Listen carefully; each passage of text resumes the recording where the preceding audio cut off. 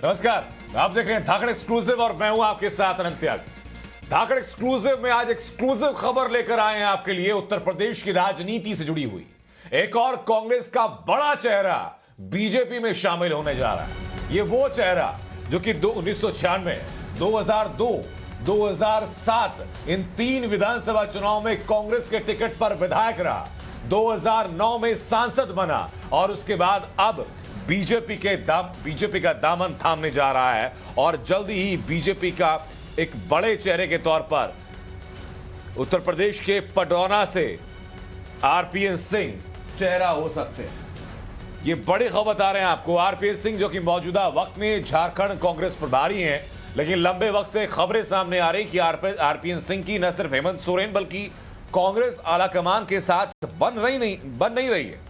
और इसी बीच खबर यह भी है कि पहले स्वामी प्रसाद मौर्य जो कि अब समाजवादी पार्टी का दामन थाम चुके हैं, पडरौना से चुनाव लड़ने वाले थे, लेकिन चूंकि समाजवादी पार्टी का दामन थाम चुके हैं तो अब आरपीएन सिंह के ऊपर निगाहें जमी हुई बीजेपी की। और इसी क्रम में दिल्ली में कई बड़े नेताओं से आरपीएन सिंह की मुलाकात हो चुकी है और बातचीत लगभग फाइनल दौर पर है। हालांकि दिसंबर के दूसरे हफ्ते में भी खबरें ये प्रबल थी कि आरपीएन सिंह जल्द ही बीजेपी का दामन थाम सकते हैं, लेकिन तब वो खबरें मूर्त रूप नहीं ले पाए। लेकिन अब टाइम्स नाउ नव भारत के सूत्रों के हवाले से आपको बता रहे हैं लगभग पुख्ता खबर कि जल्दी ही अभी तक कांग्रेस के आरपीएन सिंह जल्दी ही बीजेपी के आरपीएन सिंह होने की संभावनाएं हैं। आप प्रोफाइल देखिए आरपीएन सिंह का, कांग्रेस के साथ बहुत पुराना जुड़ाव रहा है। 1996 का पडरौना से विधानसभा चुनाव, 2002 का पडरौना से विधानसभा चुनाव, 2007 का विधानसभा चुनाव, तीनों बार आरपीएन सिंह जीते। 2009 में सांसदी जीते, गृह राज्य मंत्री बनाए गए मनमोहन सरकार में, लेकिन तब से लेकर के अब तक सांसदी लगातार हारते आ रहे हैं। अब आरपीएन सिंह क्यों हैं, इसके पीछे की वजह आपको बताना शुरू करते हैं। लोकसभा चुनाव में स्वामी प्रसाद मौर्य को हराया था, कुशीनगर सीट थी, देवरिया से अलग होकर के यह सीट अलग बनाई गई थी। उत्तर प्रदेश और बिहार के बॉर्डर पर यह सीट है। 3 विधानसभा चुनाव में यहां से आरपीएन सिंह जीत दर्ज कर चुके हैं। पडरौना के राज परिवार से संबंधित है, अपनी निजी जो छवि है वो बेहतर है और ये तमाम समीकरण हैं जिनकी वजह से बीजेपी की निगाह आरपीएन सिंह के ऊपर बनी हुई है। हमारे साथ रविकांत और अमित कुमार दोनों हमारे साथ लगातार बने हुए हैं। सबसे पहले अमित कुमार, मैं आपसे जानना चाहूंगा कि समीकरणें क्या कह रही हैं फिलहाल, आरपीएन सिंह के साथ बीजेपी की बातचीत किस दौर में फिलहाल है? देखिए, जो जानकारी मुझे मिली है कि जो उत्तर प्रदेश बीजेपी के जो एक वरिष्ठ नेता है, संगठन से जुड़े हुए, उनसे उनकी मुलाकात हो चुकी है। दिल्ली के जो एक बड़े नेता है उनसे उनकी मुलाकात हो चुकी है। और सबसे बड़ी बात कि बीजेपी ऐसे वक्त पर जब बीजेपी से स्वामी प्रसाद मौर्य के अलावा 2 ओबीसी मंत्री जा चुके हैं, तो बीजेपी चाहती है कि वहां पर एक बड़ा ओबीसी चेहरे के तौर पर आरपीएन सिंह को पार्टी में शामिल कराया जाए। बाकायदा इसको लेकर लंबी बातचीत का दौर भी चला है और अब कहा जा रहा है कि वो बातचीत आखिरी दौर में पहुंच चुका है। और सबसे बड़ी बात की उनके साथ एक तरह का समझौते की बात बीजेपी ने अपनी तरफ से ये ऑफर भी किया है, क्योंकि उनको एक तरीके शक भी है कि स्वामी प्रसाद मौर्य के खिलाफ भले ही वो पहले चुनाव जीते हो, लेकिन इस बार अगर चुनाव नतीजे ठीक नहीं हुए तो क्या होगा। तो ऐसे में बीजेपी की तरफ से उनको ऑफर भी दिया गया है कि अगर वो चुनाव हारते हैं तो उनके लिए राज्यसभा का दरवाजा खुलेगा, और नहीं तो वो अगर जीत जाते हैं, योगी सरकार होगी, तो कैबिनेट मंत्री बनेंगे। और दूसरी बात, सबसे जो महत्वपूर्ण चीज एक और है कि कांग्रेस के भीतर उनकी जो अभी की बात अगर कहें तो बहुत अच्छे रिश्ते नहीं है। पिछले कुछ दिनों में वो लगातार अपनी नाराजगी को लेकर प्रियंका गांधी को अप्रोच कर चुके हैं, लेकिन प्रियंका गांधी उनसे उस तरह से बातचीत नहीं कर रहे हैं। तो उनकी एक अपनी नाराजगी भी है, एक बड़ा चेहरा भी है, और ओबीसी चेहरा के तौर पर बीजेपी को लगता है कि स्वामी प्रसाद मौर्य को घेरा जा सकता है अगर आरपीएन सिंह वहां से पार्टी में शामिल होते हैं। तो जानकारी सूत्रों के हवाले से मिल रही है कि ठीक कह रहे हैं आप, ये नाराजगी है और शायद यही वजह है कि झारखंड कांग्रेस प्रभारी बनाया गया, लेकिन हेमंत सोरेन से भी उनकी पटरी ठीक बैठ नहीं रही है। पिछले काफी महीनों से लगभग नेपथ्य में आरपीएन सिंह है। लेकिन रविकांत, आप दर्शकों को समझाइए कि आरपीएन सिंह के चेहरे के ऊपर दांव लगाना बीजेपी की तरफ से रणनीति किस तरीके से बुनी गई है, क्या कारण है इसके पीछे? देखिए, अगर आरपीएन सिंह के प्रोफाइल की बात करें तो वो केंद्र सरकार में केंद्रीय गृह राज्य मंत्री रहे हैं और कांग्रेस पार्टी के बड़े नेताओं में उनकी गिनती होती है। आपको याद होगा, जिस वक्त कांग्रेस पार्टी की स्थिति उत्तर प्रदेश में बहुत अच्छी नहीं थी और राहुल गांधी ने कमान संभाली थी, उत्तर प्रदेश से कुछ सीटें कांग्रेस पार्टी ने जीती थी, उनमें से एक महत्वपूर्ण सीट थी और वहाँ से आरपीएन सिंह जीतकर लोकसभा पहुँचे थे और उनको केंद्र सरकार में केंद्रीय गृह राज्य का मंत्रालय दिया गया था। अब आप समझ सकते हैं कि भारतीय जनता पार्टी को जिस एरिया से नुकसान हुआ है, आप देखिए बीजेपी ने ऐसी ही रणनीति बनाई है कि उसी एरिया से भरपाई की जाएगी। यानी स्वामी प्रसाद मौर्य को उन्होंने हराया था। स्वामी प्रसाद मौर्य भारतीय जनता पार्टी छोड़कर समाजवादी पार्टी में जा रहे हैं। ऐसा मैसेज देने का समाजवादी पार्टी की तरफ से प्रयास किया जा रहा है कि ओबीसी भारतीय जनता पार्टी से नाराज़ है। ऐसे में अगर एक ओबीसी का बड़ा चेहरा पूर्वांचल से अगर आरपीएन सिंह के रूप में भारतीय जनता पार्टी को मिल जाता है तो परसेप्शन की जो लड़ाई चल रही है पूर्वांचल में, वहाँ पर बीजेपी जो है अपर हैंड हो जाएगी। यानी वहाँ पर जो भारतीय जनता पार्टी के प्रति लोगों की सोच है कि जो ओबीसी दरकिनार हो रहे हैं, उसको बहुत हद तक मैनेज कर लिया जाएगा। और इसीलिए जैसा कि हमारे वरिष्ठ सहयोगी अमित ने बताया कि भारतीय जनता पार्टी के कई बड़े नेता, चाहे वो संगठन से जुड़े हुए हों या केंद्र से, आरपीएन सिंह से कई दौर की मुलाकात कर चुके हैं। क्योंकि ये बड़े नेता हैं, आने से पहले तमाम टर्म्स कंडीशन की बातचीत होती है कि अगर प्लान ए एग्जीक्यूट नहीं होता है तो प्लान बी क्या होगा, उनको बीजेपी में एडजस्ट करने के लिए। तो उन तमाम चीज़ों पर बातचीत चल रही है और उम्मीद यही की जा रही है कि कांग्रेस पार्टी को हो सकता है कि आने वाले 2-4 दिनों के अंदर ये बड़ा झटका झेलने को मिले और बीजेपी आरपीएन सिंह को अपने पाले में ले आए। मैं रविकांत वापस और रंजीता झा हमारी सहयोगी लगातार हमारे से बनी हुई। रंजीता, एक के बाद एक कांग्रेस के उत्तर प्रदेश के बड़े चेहरे, बड़े किले ढहते जा रहे हैं। जतिन प्रसाद जिस वक्त गए थे बहुत हलचल मची थी और आरपीएन सिंह का नाम भी उसी फहरिस्त में शामिल होने के लिए है। आलाकमान का क्या मुंह है फिलहाल? देखिए, जिस तरह से ये खबर बीजेपी के सूत्रों के हवाले से निकल कर आ रही है, ये एक हम कह सकते हैं कि कांग्रेस पार्टी के लिए बड़ा झटका होगा। अगर ये बात कंफर्म हो जाती है कि आरपीएन सिंह कांग्रेस छोड़ बीजेपी में शामिल हो जाएंगे। लेकिन ऐसा ये पहली बार नहीं हुआ है जब आरपीएन सिंह को कांग्रेस में बीजेपी में शामिल होने की बात कही जा रही है। इससे पहले भी कई बार ऐसी खबरें निकल कर आई है कि आरपीएन सिंह को बीजेपी की तरफ से ऑफर है, आरपीएन सिंह बीजेपी में बात कर रहे हैं। लेकिन जो कांग्रेस के सूत्रों के हवाले से खबर निकल कर आ रही है, आरपीएन सिंह अब भी इस बात को इनकार कर रहे हैं। उनका कहना है कि उनकी किसी तरह की बातचीत बीजेपी के साथ नहीं हुई है और वो बीजेपी से संपर्क में नहीं है। कांग्रेस में राहुल गांधी के करीबी माने जाते हैं आरपीएन सिंह। झारखंड, जहां कांग्रेस की सरकार है, साझा सरकार चल रही है, हेमंत सोरेन वहां मुख्यमंत्री है, जेएमएम के साथ सरकार वो बनाए हुए है, वहां के प्रभारी है। तो ये भी माना जाए कि अगर आरपीएन सिंह कांग्रेस छोड़ बीजेपी में शामिल हो जाते हैं तो झारखंड में जो सरकार है उस पर भी खतरा हो सकता है। क्या वहां सरकार गिराने तक की स्थिति आ सकती है? मल्टी डायमेंशनल इंपैक्ट होगा और ये कहना गलत नहीं होगा कि अगर जी नहीं, कहना गलत नहीं होगा कि अगर ये आरपीएन सिंह बीजेपी में शामिल होते हैं तो उत्तर प्रदेश के साथ साथ बाकी जगहों के लिए नॉकआउट मूव होगा बीजेपी का कांग्रेस के लिए। बहुत बहुत शुक्रिया अमित आपका, रविकांत आपका, रंजिता आपका हम लोग जुड़ने के लिए। तो उत्तर प्रदेश की इस बड़ी खबर के बाद, एक्सक्लूसिव खबर के बाद आपको सीधे लिए चलते हैं मध्य प्रदेश के रतलाम में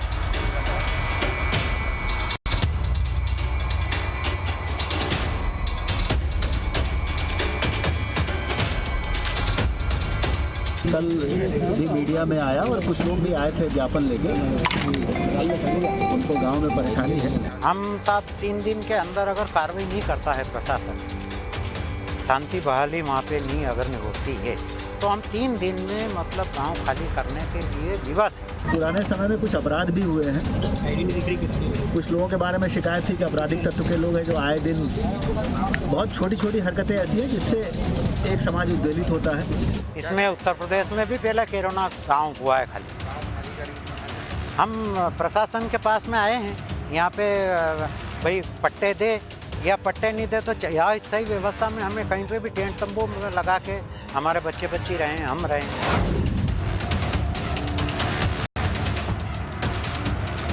ये जो गफलत फैला रहे हैं कि सुराना कैराना बन जाएगा, ये महज कुछ लोगों की उपज है। ये मध्य प्रदेश है, यहाँ शिवराज सिंह जी की सरकार है, कानून का राज है।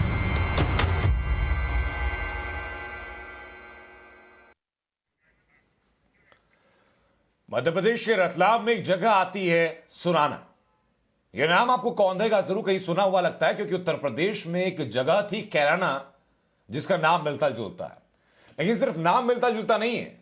साल 2016 में कैराना में जो हालात पैदा हुए थे, जहां से खबरें आनी शुरू हुई थी कि वहां पर हिंदू परिवारों ने पलायन करना शुरू कर दिया किसी समुदाय विशेष की वजह से, ठीक वैसे ही हालात मध्य प्रदेश के सुराना में पैदा होने शुरू हो चुके हैं। लोग परेशान हैं। घर के बाहर बड़े बड़े अक्षरों में लिख दिया गया कि ये घर बिकाऊ है, मकान बिकाऊ है, प्रॉपर्टी बिकाऊ है। लेकिन उसके पीछे की वजह क्या है? प्रशासन क्यों अभी तक निष्क्रिय दिखाई पड़ रहा है? और क्यों आखिरकार ऐसे हालात पैदा हुए कि लोगों को अपना घर छोड़ करके, घर बेच करके वहां से पलायन करने के लिए मजबूर होना पड़ रहा है? रिपोर्ट आपको दिखाते हैं।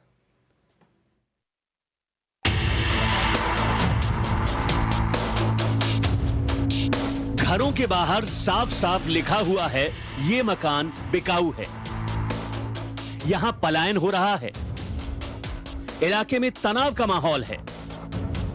लोगों के चेहरे पर डर साफ नजर आ रहा है। पुलिस और प्रशासन ने मामले की गंभीरता को देखते हुए सुरक्षा भी बढ़ा दी है। ये तस्वीरें जो आप अपने टीवी स्क्रीन पर देख रहे हैं, वो मध्य प्रदेश में रतलाम जिले के सुराना गांव की हैं, जो उत्तर प्रदेश के कैराना की यादें एक बार फिर ताजा कर रही हैं। यह महज इत्तेफाक है कि मध्य प्रदेश के सुराना गांव का नाम उत्तर प्रदेश के कैराना से काफी मिलता जुलता है। और शायद यह भी एक इत्तेफाक है कि साल 2016 में जो उत्तर प्रदेश के कैराना में हो रहा था, साल 2022 में वही मध्य प्रदेश के सुराना में हो रहा है। जिस प्रकार कैराना के घरों के दरवाजों पर लिखा गया था कि यह मकान बिकाऊ है, उसी प्रकार मध्य प्रदेश के सुराना में घरों के दरवाजों पर लिखा गया है कि ये मकान बिकाऊ है। यानी आज मध्य प्रदेश के सुराना में वही हालात बने हुए हैं जो 6 साल पहले साल 2016 में उत्तर प्रदेश के कैराना में थे। साल 2016 में यूपी के मुजफ्फरनगर जिले के कैराना में 346 हिंदू परिवारों ने पलायन किया था। शायद ये भी इत्तेफाक है कि पलायन करने का जो कारण उत्तर प्रदेश के कैराना में था, वही वजह मध्य प्रदेश के सुराना में पलायन की सोच का है। तब कैराना में रह रहे समुदाय विशेष से परेशान होकर हिंदू परिवार अपना घर छोड़ने पर मजबूर हो गए थे। अब सुराना में भी हिंदू परिवार समुदाय विशेष को ही पलायन करने की वजह बता रहे हैं।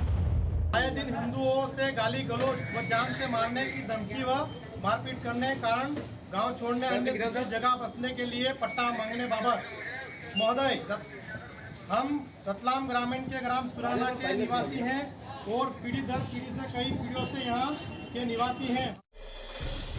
मध्य प्रदेश के रतलाम जिले के सुराना गांव में रह रहे हिंदू परिवारों ने मुस्लिम समुदाय पर प्रताड़ना का आरोप लगाया है। हिंदू परिवारों का आरोप है कि मुस्लिम समुदाय के लोग उन्हें धमकाते हैं, परेशान करते हैं, उनकी धार्मिक आस्था को ठेस पहुंचाते हैं, जिसकी वजह से सुराना गांव में उनका रहना अब मुमकिन नहीं है।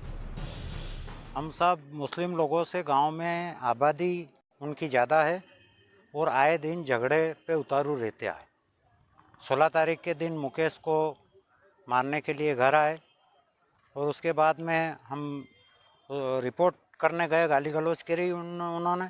रिपोर्ट करने गए थाने में तो दोनों पार्टियों पे 151 करी। हम साहब 3 दिन के अंदर अगर कार्रवाई नहीं करता है प्रशासन, शांति बहाली वहाँ पे नहीं अगर नहीं होती है, तो हम 3 दिन में मतलब गांव खाली करने के लिए विवश हैं।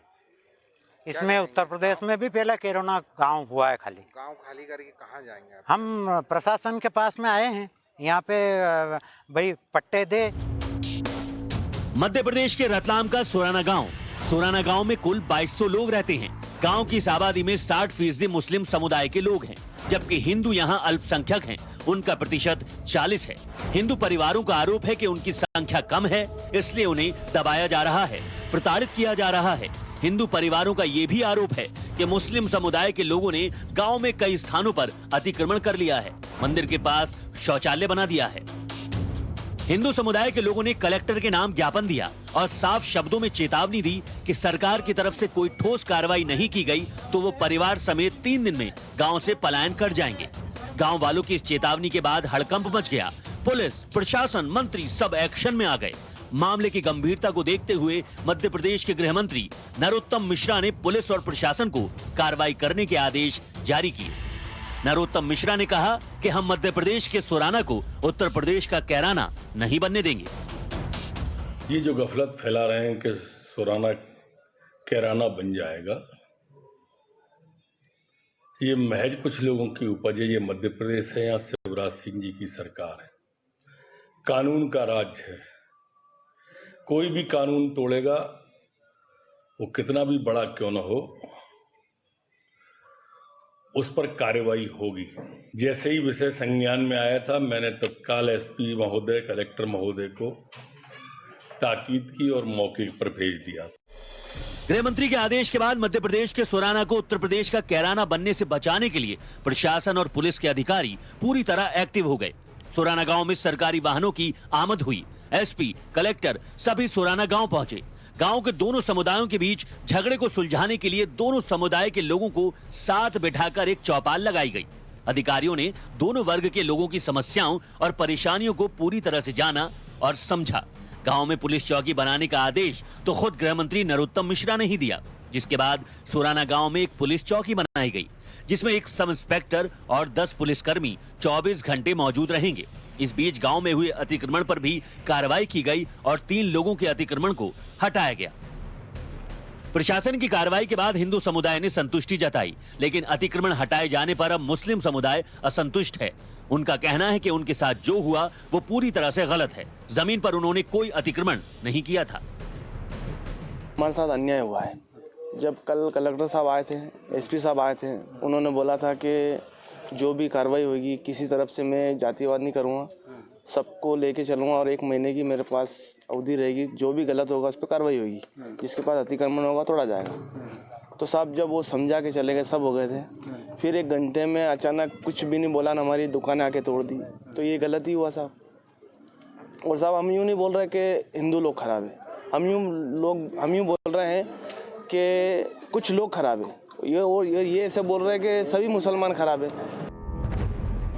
गृह मंत्री नरोत्तम मिश्रा ने कहा हालात नियंत्रण में हैं। प्रशासन के एक्शन के बाद हिंदू समुदाय की शिकायतों में कमी आई है, लेकिन मुस्लिम समुदाय की शिकायतों की फहरिस्त लंबी हो गई। यानी अभी ये मामला 50% ही सुलझा है, 50% अभी बाकी है। पुलिस और प्रशासन का काम खत्म नहीं हुआ है। मध्य प्रदेश के सुराना को उत्तर प्रदेश का कैराना बनने से बचाने के लिए अभी और मुस्तैद मशक्कत करनी होगी। Govind Gurjar, Times Now of Bharat, Ratlam, Madhya Pradesh. 2016 में उत्तर प्रदेश के कैराना में जब एक मुद्दा उठा तो बीजेपी ने समाजवादी पार्टी के ऊपर जमकर निशाना साधा। लेकिन अब बीजेपी शासित प्रदेश में अगर ऐसे हालात पैदा हो रहे हैं तो सरकार जवाबदेह है, और यही जवाबदेही तय करने के लिए हमने बात की मध्य प्रदेश के गृह मंत्री नरोत्तम मिश्रा से। आपने बात की सुराना और कोरोना की, कैराना की। कैराना तो पुराना हो गया सर, ये सुराना क्या विवाद है वहाँ जिसको लेकर इतना कुछ कार्रवाइयों के निर्देश दिए गए? हमने कोई कैराना की बात नहीं की। आप लोगों के माध्यम से हमने सुना कि सुराना कैराना बन गया है। अब कैराना ऐसे हम मध्य प्रदेश में किसी को मना, ये शांति का टापू है, इसकी शांति कोई भंग नहीं कर सकता और किसी को अधिकार नहीं है। जो कोशिश करेगा हम उसे छोड़ेंगे भी नहीं। ये मध्य प्रदेश है, शिवराज की सरकार है, कानून का राज। तो अभी सब जिस हिसाब से शिकायतें प्राप्त हुई हैं कि एक विशेष समुदाय को लेकर दूसरे समुदाय की शिकायत है, तो इसको लेकर क्या शिकायतें आई हैं और क्या निर्देश? शिकायत जो भी आई थी कल ही हमने माननीय जिलाधीश महोदय को, एसपी महोदय को बात करके वहां भेज दिया था। सारी बातें सॉर्ट आउट हो गई हैं। छोटे से पानी के निकलने का विवाद, अतिक्रमण का विवाद था, अतिक्रमण हटाने की कार्रवाई कल ही प्रारंभ कर दी थी। जहां तक सवाल है वहां क्या लोकल का, वहां एक पुलिस चौकी की स्थापना कर दी है, 10 जवान रहेंगे, एक एसआई रहेगा। ये परमानेंट वहां व्यवस्था कर दी गई है। जो ऐसे लोग थे जिन पे आपराधिक प्रकरण है, उनके जिला बदर की, उन पर रासुका की कार्रवाई का बोल दिया गया है। और ये जो समिति एक वहां के लोगों की, 2 लोग इस समुदाय के, 2 उसके और 2 प्रशासन के, एसडीओपी, एसडीएम, इनकी एक समिति बना दी। हमारे सहयोगी गोविंद गुर्जर इस वक्त हमारे साथ जुड़ चुके हैं। गोविंद, बताइए जरा कि ये मकान बिकाऊ है, हम यहां से पलायन कर रहे हैं, ये पोस्टर, ये नारे क्यों लगाए गए? पंकज जी, देखिए, सबसे बड़ी बात तो ये है कि क्या ये वाकई कैराना बनने की स्थिति में था ये गांव, या फिर तिल का ताड़ बनाया गया है। हालांकि जो प्रबंध हैं वो जो कहा जाता है लीविंग नो स्टोन अनटर्न, उस तरह की पूरा प्रबंध कर दिया गया है। चौकी खोल दी गई है गांव में, 10 पुलिसकर्मी 24 घंटे गांव में रहेंगे और जो अतिक्रमण का काम था वो भी हो चुका है। जो ये गांव, ये घर बिकाऊ है, वो सब काला पीला सफ़ेद से पोत दिया गया है।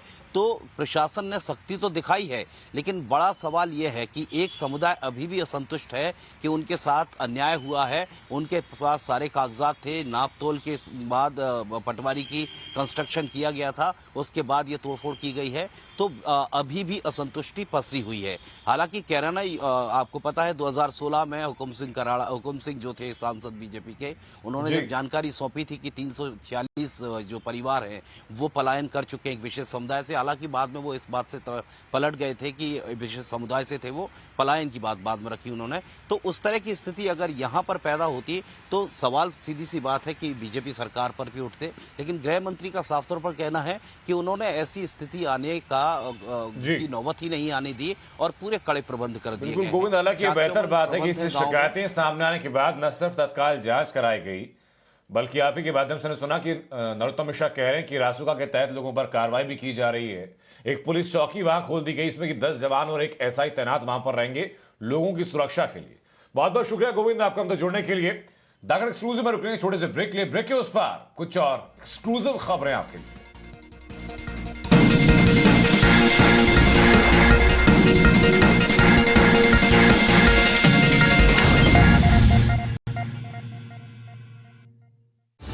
In association with Tirupati Sun Pride Sunflower Oil, my pride of good health. In association with Virat Compressive Strength, Ambuja Cement. क्या एक रात में पूरी जिंदगी जी सकते हैं? ट्राई करते हैं। हर पल जीने तू अभी, हर लम्हा है जिंदगी। तो कैसी रही जिंदगी? Every moment was magic. Make every moment a magic moment. Century MDF का प्रीमियम प्लस है ना, हायर डेंसिटी है, water resistant, termite and borer resistant भी। यानी ये है जहाँ नो टेंशन वहाँ। Premium Plus by Century Proved. OLX auto से देता है आपकी कार का बेस्ट प्राइस। सुनीता, सुना तुमने ये क्या बोल रहे हैं? यही कि OLX ऑटोज देता है आपकी कार का बेस्ट प्राइस। ये प्राइस ही नहीं, सरप्राइज है। Visit olxautos.in। सब अच्छी दिख रही हैं यार, कौन सी खरीदूं? ये तो वही बात हुई, 4000 शेयर्स लिस्टेड है, कौन सा लूं? वो तो सबसे आसान है। तुझे 5 पैसा नहीं पता? अब तो सबको पता है। 5 पैसा पर है 4000 स्टॉक्स की रिसर्च, टेक्निकल टूल्स और इन्वेस्टमेंट आइडियाज। डाउनलोड 5 पैसा नाउ। अब तो सबको पता है 5 पैसा के साथ निवेश बिना आसान और लाभदायक भी। Investments in securities market are subject to market risk. Read all the related documents carefully before investing. Star बनी मैं अपने हार्डवर्क में इन्वेस्ट करके, और फिट बनी अपने हेल्थ में इन्वेस्ट करके। Tirupati Sunpride sunflower oil, my pride of good health. यार तू सबके डाउट्स कैसे क्लियर कर देती है? क्योंकि एक्स्ट्रा मार्क्स मेरे सारे डाउट्स क्लियर कर देता है। Live classes, doubt solving and unlimited practice tests that leave no question unanswered. अब पढ़ाई के लिए सिर्फ extra marks. Corona virus absent. Perfect attendant. नीम की शक्ति वाला निमाइल हटाए 100 बीमारी फैलाने वाले जर्म्स। निमाइल घर, शुद्ध घर।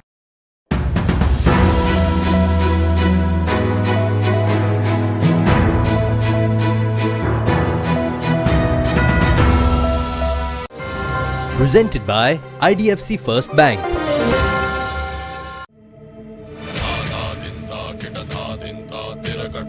Virat Compressive Strength, Ambuja Cement. फिर नहीं तारीख, कोर्ट कचहरी का मैटर है ना, ऊपर नीचे होता रहता है। ये जनाब हुमा बिरादर सिर्फ आपसे पैसे निकलवाना चाहते हैं। आपकी परवाह करने वाले करते हैं सीधी बात, जैसे करता है IIFL finance. IIFL gold loan, branch में सोना दो, 5 मिनट में पैसा लो, ज्यादा लोन की रकम, झंझट सबसे कम। IIFL फाइनेंस, सीधी बात। Start a healthy lifestyle every day with the experience of Oyster Therapy Bath. Feel the balance of fitness and peace with a new refreshing feeling. Then every touch becomes your wellness partner. Oyster, India's wellness partner.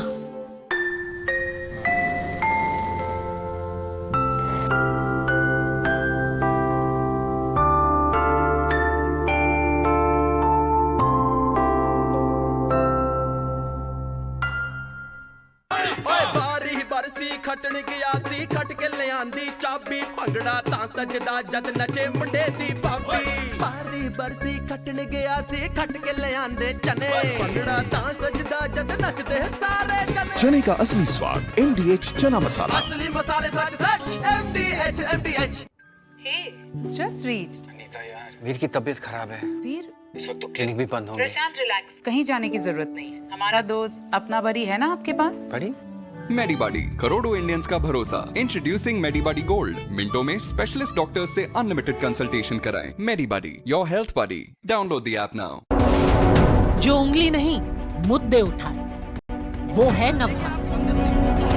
जो सवालों को सही कानों तक पहुंचाए वो है नवभारत। जो गुजरे कल को पीछे छोड़ भविष्य के पन्नों पर नया कल लिखता जाए वो है नवभारत। एक नई आवाज, एक नया बदलाव, नए भारत का एक नया Hindi news channel times now Navbharat. अब बदलेगा भारत, बनेगा नवभारत। चैनल पार्टनर लॉटोलैंड, ड्रीम बिगर। नई खबरों के साथ आंखें खोलो इंडिया, पूरे परिवार को साथ लाने वाला न्यूज शो। वो खबरें जिन्हें जानने में आपका फायदा। खबर वो जो देश का एजेंडा तय करे। हर खबर पर पैनी नजर, सीधे ग्राउंड जीरो से। दिन भर की बड़ी खबर पर नवभारत की नजर।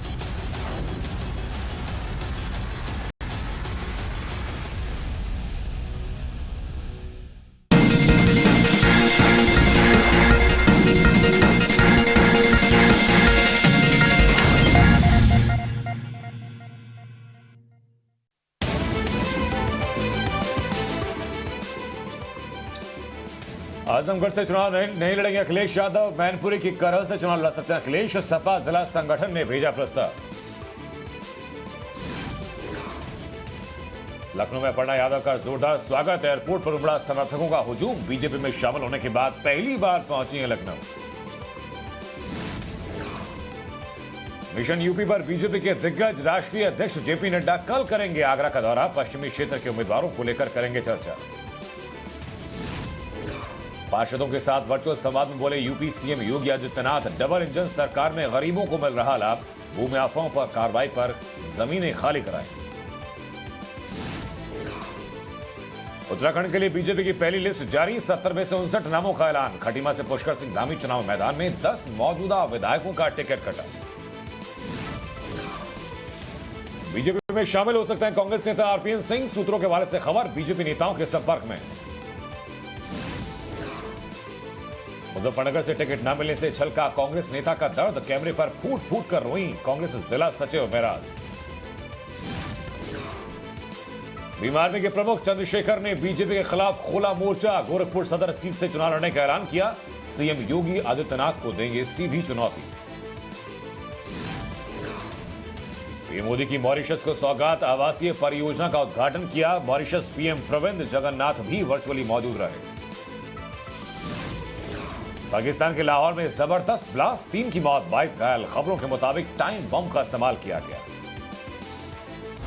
In association with Germ Off Surface Cleaner, Germs Off Fragrance On.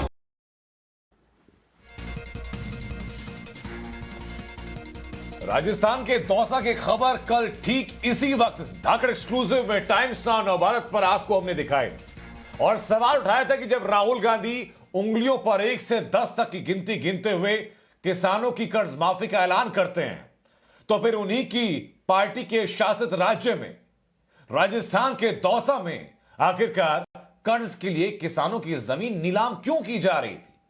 खबर दिखाई गई। राजस्थान के साथ साथ पूरे देश में हंगामा हुआ और 17 घंटे के अंदर खबर का असर हुआ। दिखाते हैं आपको रिपोर्ट।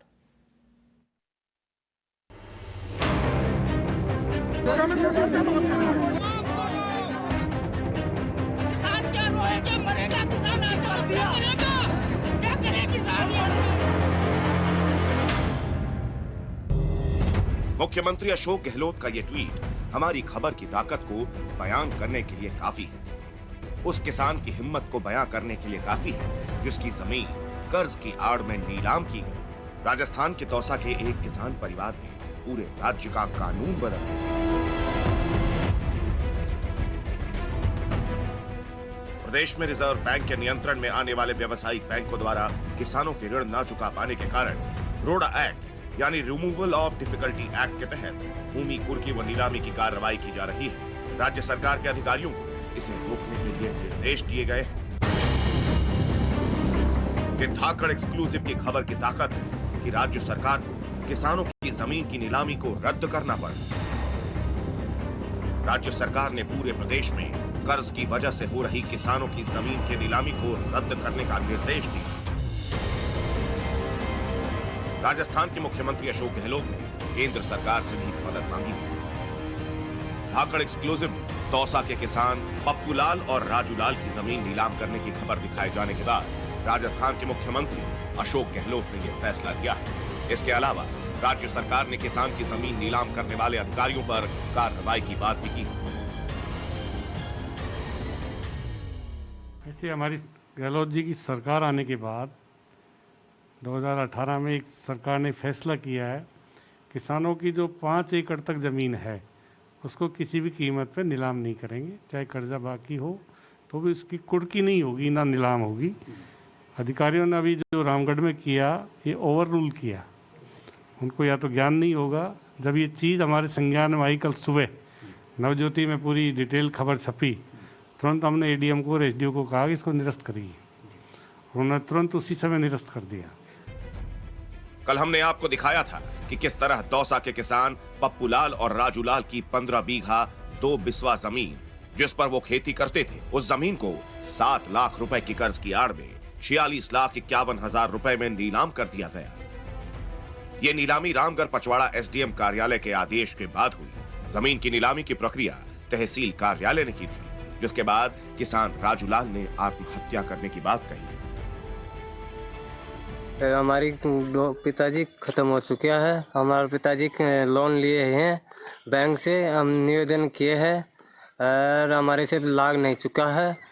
हमारी स्थिति बिल्कुल डाउन है, हमारे से अभी की टाइम पे प्रेजेंट में नहीं लग रहा है। हम मौका भी मांगा था, ये मौका नहीं दिया हमारे को और अभी लग नहीं पा रहा है साहब।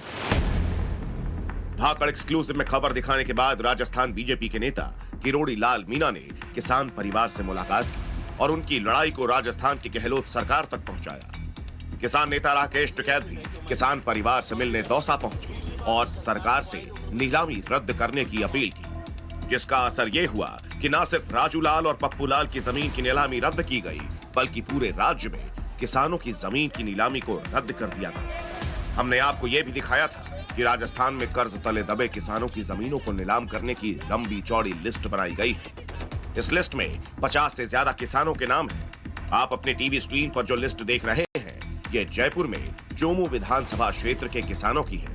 53 किसानों की जमीन को नीलाम करने के लिए ये लिस्ट बनाई गई थी, जिस पर चोमू के विधायक रामलाल शर्मा ने ऐतराज जताया था। मेरी विधानसभा क्षेत्र के अंदर भी 53 लोगों की जमीनें नीलाम करने की उपखंड अधिकारी ने जो पटवारी है संबंधित हल्के का, उसको निर्देशित किया गया है। इस संपूर्ण घटनाक्रम से ये लग रहा है कि राजस्थान के अंदर कर्ज माफी जो कांग्रेस पार्टी के तत्कालीन राष्ट्रीय अध्यक्ष के द्वारा 10 दिन के अंदर करने की जो बात कही थी, वो सारी की सारी बात असत्य साबित हुई है। और अब प्रदेश के मुख्यमंत्री जी किसानों की जमीन जो नीलाम हो रही है, उन जमीनों को बचाने का काम करें। पप्पूलाल और राजूलाल की जमीनों के साथ साथ चोमू के 53 किसानों की जमीन भी नीलाम होने से बच गई है। भंवर पुष्पेंद्र, टाइम्स नाउ नव भारत, जयपुर। हमारे सगी भंवर पुष्पेंद्र लगातार हमारे साथ बने हुए, जिन्होंने की हकीकत आप तक पहुंचाने में एक निर्णायक भूमिका निभाई। भंवर, टाइम्स नाउ नव भारत पर खबर दिखाए जाने के बाद प्रशासन की तरफ से क्या तब्दीलियां की गई हैं?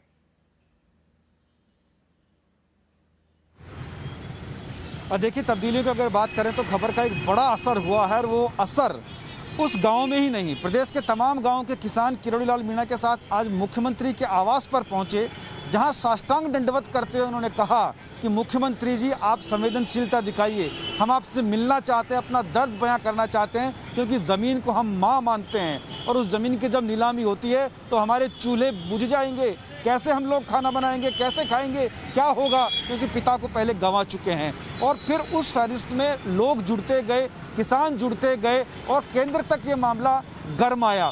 केंद्रीय मंत्रियों के ट्वीट आने लगे, सोशल मीडिया पर मुहिम चलने लगी और जगह जगह हम देख रहे थे कि टाइम्स नाउ नव भारत की खबर को लोग देख भी रहे थे और उसको लेकर के लोगों में आक्रोश। ये तमाम चीजें होने के बाद राज्य सरकार को वो करने पर मजबूर होना पड़ा जिसका वायदा उन्होंने सरकार बनने के तत्काल बाद किया था। अंततः अपने वादा को उनको निभाना पड़ा। बहुत शुक्रिया आपको, बहुत पुष्पेंद्र, हम तक जुड़ने के लिए। दाखिल एक्सक्लूसिव में अब खबर कुछ और बेहद अहम तस्वीरों की, वो तस्वीरें जो कि आपके लिए जानना, देखना, समझना बहुत जरूरी है। देश में गणतंत्र दिवस की तैयारियां चल रही हैं, हर तरफ तैयारियां हैं, लेकिन तैयारियों की तस्वीरों में कहानी छिपी है और वो कहानी है इस देश के जाबाजों की, उन वीरों की, उन जवानों की जिनकी बहादुरी के चलते हम और आप देश के अंदर सुरक्षित महसूस करते हैं। लेकिन वो जवान कितनी कठिन परिस्थितियों में रहते हैं, हमें सुरक्षित रखने के लिए, देश को महफूज रखने के लिए क्या क्या झेलते हैं, उसी की रिपोर्ट आपको दिखाते हैं हमारे सहयोगी प्रदीप दत्ता के जमाने।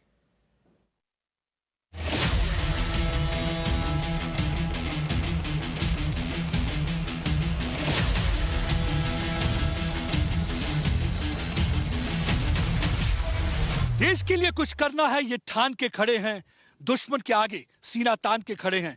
बेफिक्र होकर सो जाओ हिंद के वासियों, सरहद पे कोई आपको अपना मान के खड़े हैं। हर बार ये पैगाम हमारे सरहद पर जवान देश के उन वासियों को देते हैं, कितनी मुश्किलातों में और कितनी कठिनाइयों में। देखिए ये यहाँ पे पेट्रोलिंग करते हैं। मैं इस समय हाजीपीर बल्ज पे हूँ, कुछ ही दूरी पर दुश्मन की पोस्ट है। अगर आप देखेंगे ये जो इलाका है इसे फॉरवर्ड कहूटा कहते हैं, उसके साथ में और भी लॉन्च पैड्स हैं जहां पे कई बार आतंकवादी बैठे होते हैं, घुसपैठ की फिराक में रहते हैं कि किस तरीके से यहां पे घुसपैठ की जाए। देखिए यहां पे सरहद पर पेट्रोलिंग करना आसान नहीं है। इस समय पूरी तरह से बर्फ की चादर, जहां भी आप अपनी नजर दौड़ाएंगे आपको बर्फ की चादर नजर आएगी और यहां पे मूवमेंट करना आसान नहीं होता।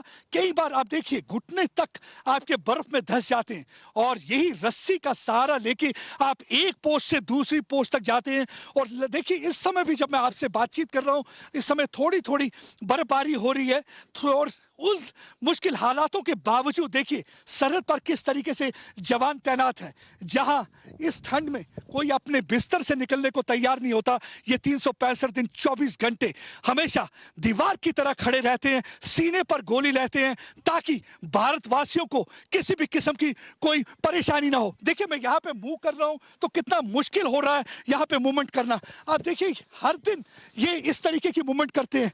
कुछ ही मीटर चलने के बाद मेरी सांस फूल चुकी है, लेकिन आप देखिए किस तरह से हमारे जवान हर दिन यहाँ पे मूवमेंट करते रहते हैं और कभी भी कुछ भी हो सकता है। जब आपका पड़ोसी मुल्क पाकिस्तान हो, कभी भी वहां से गोली चल सकती है। आप देखिए कितनी मुश्किल स्थिति होती है यहाँ पे आपको यहाँ से जब मूवमेंट करना हो।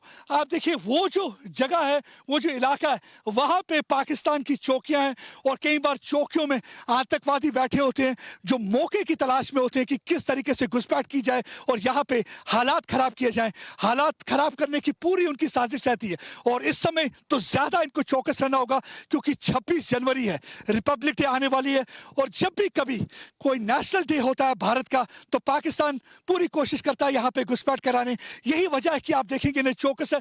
बर्फ इस समय पड़ रही है और देखिए बर्फ में भी किस तरीके से खड़े हैं और कई बार तो यहाँ पे बर्फ का तूफान भी चलता है, एवलांच भी आते हैं, लेकिन ये दीवार की तरह खड़े रहते हैं ताकि देश की आन बान शान में कोई कमी ना आए।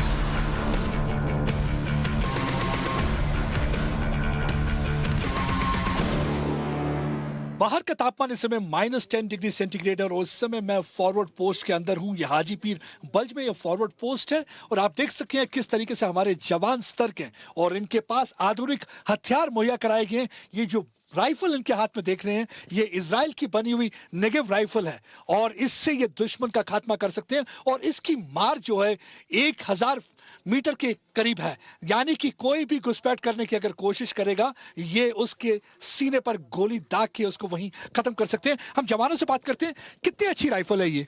काफ़ी अच्छा हथियार है, ये इजराइल से परचेज किया गया हथियार है। काफ़ी लाइट वेट 8.2 kg इसका वेट है और राउंड अगर इसकी राउंड कैपेसिटी की बात करें तो 1 मिनट में 600 से 800 राउंड निकाल सकता है। किसी भी प्रकार की घुसपैठ को ये विफल कर सकता है।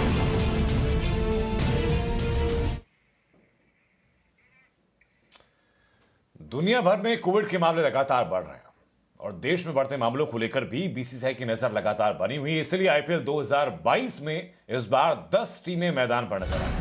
हालांकि देश में मामले लगातार बढ़ रहे हैं और इसी के चलते बीसीसीआई की तरफ से प्लान बी तैयार किया गया और ये कहा जा रहा है कि दक्षिण अफ्रीका और श्रीलंका में इस बार आईपीएल का पूरा टूर्नामेंट कराया जा सकता है। आपको याद होगा पिछले दफा का आईपीएल टूर्नामेंट कोरोना की वजह से बीच में रोक देना पड़ा था, लेकिन इस बार आईपीएल को दक्षिण अफ्रीका या श्रीलंका में करवाने की सोच लगातार जारी। इसमें दक्षिण अफ्रीका का नाम रेस में आ गया। आपको बता दें कि साल 2009 में भी बीसीसीआई ने आईपीएल के पूरे सीजन को दक्षिण अफ्रीका में ही कराया था।